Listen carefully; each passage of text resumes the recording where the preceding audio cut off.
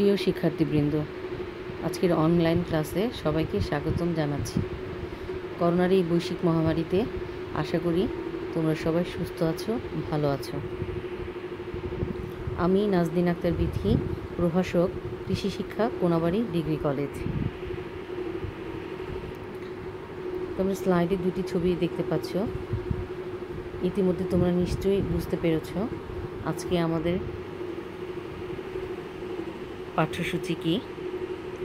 আমাদের আজকের পাঠ্যসূচি হচ্ছে পাটের রিবন রেটিং পদ্ধতি। পাট বাংলাদেশের প্রধান অর্থকরী ফসল। পাট এবং পাটজাত দ্রব্য বিদেশে রপ্তানি করে একসময় বাংলাদেশে প্রচুর পরিমাণে বৈদেশিক মুদ্রা অর্জন করা হতো। যদিও বর্তমানে পাটের সেই সোনালী অতীত নেই, কিন্তু আধুনিক পদ্ধতিতে পাট চাষ করে এবং আধুনিক পদ্ধতিতে পাট পচিয়ে আমরা পাটের সেই সোনালী অতীত ফিরিয়ে আনতে পারি। সাধারণত বাংলাদেশে দুটি পদ্ধতিতে পাট পচানো হয়। একটি হচ্ছে সনাতন পদ্ধতি, আর একটি হচ্ছে আধুনিক পদ্ধতি, অর্থাৎ পাটের রিবন রেটিং পদ্ধতি। শিক্ষণফল। আজকের এই পাঠ শেষে তোমরা পাটের রেটিং বা পাটের জাগ দেওয়া বলতে কী বুঝো সেই সম্বন্ধে জানতে পারবে। তাছাড়া পাটের রিবনিং কী সেই সম্বন্ধে জানতে পারবে। পাটের রিবন রেটিং পদ্ধতির ধাপসমূহ সম্বন্ধে বিস্তারিত বর্ণনা করতে পারবে এবং পাটের রিবন রেটিংয়ের গুরুত্ব ব্যাখ্যা করতে পারবে। আসলে আমরা জেনে নেই পাট রেটিং বা পাটের জাগ দেওয়া কী। পাট কাটার পর কাণ্ড হতে আঁশ আলাদা করার উদ্দেশ্যে 10 থেকে 15 দিন পাটকে পানিতে ভিজিয়ে রাখাকেই পাটের রেটিং বা জাগ দেওয়া বলা হয়ে থাকে। ছবিতে তোমরা দেখতে পাচ্ছ কীভাবে সনাতন পদ্ধতিতে পাট পচানো হচ্ছে, অর্থাৎ পাটের জাগ দেওয়া হচ্ছে। ছালকরণ বা রিবনিং কী? রিবন শব্দের অর্থ হচ্ছে ফিতা, অর্থাৎ ফিতার মতো পাটের কাণ্ড থেকে কাঁচা অবস্থায় ছাল ছাড়ানোকেই রিবনিং বলা হয়ে থাকে। ছবিতে তোমরা দেখতে পাচ্ছ কীভাবে আধুনিক মেশিন ব্যবহার করে পাটের কাণ্ড থেকে আঁশ আলাদা করা হচ্ছে। এখন আসি পাটের রিবন রেটিং পদ্ধতির ধাপ সম্বন্ধে।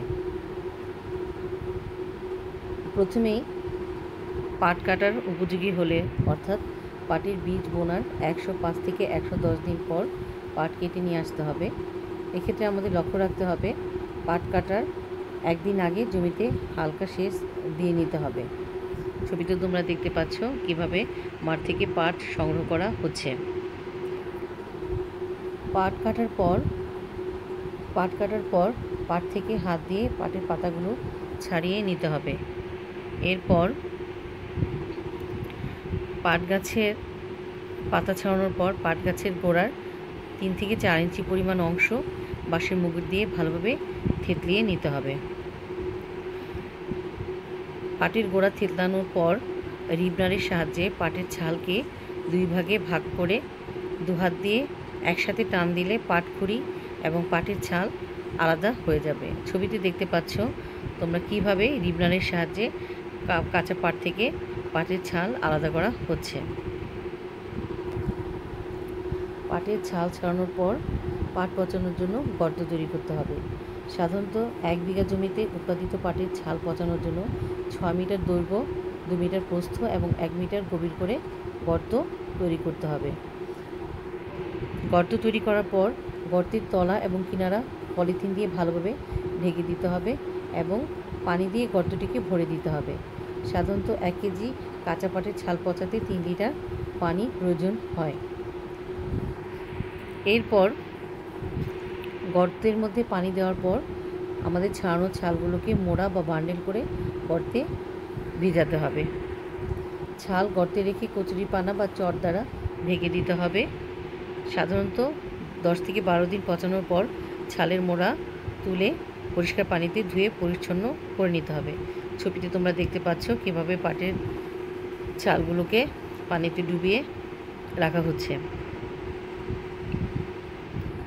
পাটের ছাল দ্রুত পচানোর পদ্ধতি। সাধারণত যে সমস্ত অঞ্চলে পানির স্বল্পতা রয়েছে সেই সমস্ত অঞ্চলে বা পাট কাটতে যদি কখনো দেরি হয়ে যায় বন্যা, খরা ইত্যাদি কারণে, সেক্ষেত্রে পাটের ছাল দ্রুত পচানোর জন্য দুইটি পদ্ধতি ব্যবহার করা যায়। 1 নম্বর পদ্ধতিটি হচ্ছে গর্তের পানির পূর্বের কিছু পাট পচন পানি আমরা গর্তের মধ্যে যদি দিয়ে দিই, সেক্ষেত্রে অণুজীবিক কার্যাবলী বৃদ্ধি পেয়ে পাট দ্রুত পচে যায়। আরেকটি হচ্ছে ইউরিয়ার ব্যবহার। সাধারণত 1000 কেজি ছালের জন্য 150 গ্রাম ইউরিয়া পানিতে মিশিয়ে দিলে পাট খুব দ্রুত পচে যায়। সাধারণত রিবন্ডিটিং পদ্ধতিতে সনাতন পদ্ধতির চাইতে অর্ধেক সময়ে পাট পচানো যায়। পাট পচানোর পর পাটের ছাল শুকাতে হবে। সাধারণত ছাড়ানো ছালগুলোকে বাঁশের আড়ায় বেঁধে রোদে শুকাতে হয়, এবং যখন এই আঁশের আর্দ্রতা 8 থেকে 10% মতো হয়, তখন পাটগুলো বাজারজাতকরণের উপযোগী হয়। ছবিতে তোমরা দেখতে পাচ্ছ কীভাবে ছাড়ানো আঁশগুলোকে বাঁশের মধ্যে ঝুলিয়ে রোদে শুকিয়ে এগুলোকে শুকানো হচ্ছে। পাটের রিবন্ডিটিংয়ের সুফল বা গুরুত্ব। সনাতন পদ্ধতিতে পাট পচানোর চেয়ে আধুনিক অর্থাৎ রিবন্ডিটিং পদ্ধতিতে পাট পচানোর বেশ কিছু গুরুত্ব রয়েছে। এর মধ্যে একটি হচ্ছে রিবন্ডিটিং পদ্ধতিতে প্রাপ্ত পাটকাঠি বেশ মজবুত এবং টেকসই হয়। তাছাড়া পাট পচন গর্তের যে পানি, সেটাকে আমরা জৈব সার হিসেবে ব্যবহার করতে পারি। রিবন্ডিটিং পদ্ধতিতে ছাড়ানো আঁশের মান বেশ উন্নত হয়, যার কারণে এর বাজার মূল্য বেশি পাওয়া যায় এবং কৃষক লাভবান হয়। এবং রিবন্ডিটিং পদ্ধতিটি হচ্ছে পরিবেশ বান্ধব। এতে করে পানি দূষণ হয় না, অল্প পানি লাগে এবং কোনো দুর্গন্ধও তৈরি হয় না, যার কারণে রিবন্ডিটিং পদ্ধতিতে বর্তমানে খুবই পরিবেশ বান্ধব এবং ভালো একটা পদ্ধতি।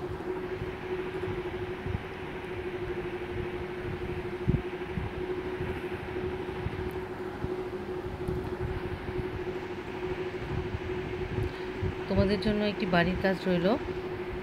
বাড়ির কাজটি হচ্ছে পরিবেশ বান্ধব প্রযুক্তি হিসেবে রিবন্ডিটিং পদ্ধতির গুরুত্ব বিশ্লেষণ করো। আশা করি আজকের ক্লাসটি তোমাদের সবার ভালো লেগেছে, এবং তোমাদের যদি কোথাও কোনো সমস্যা থাকে তাহলে তোমরা কমেন্ট বক্সে কমেন্ট করবে।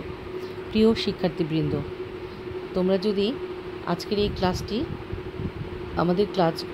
এই ক্লাস সহ আমাদের প্রত্যেকটি ক্লাস নিয়মিত ফলো করো এবং সে অনুযায়ী প্র্যাকটিস করো, তাহলেই এই ক্লাসগুলোর সার্থক হবে।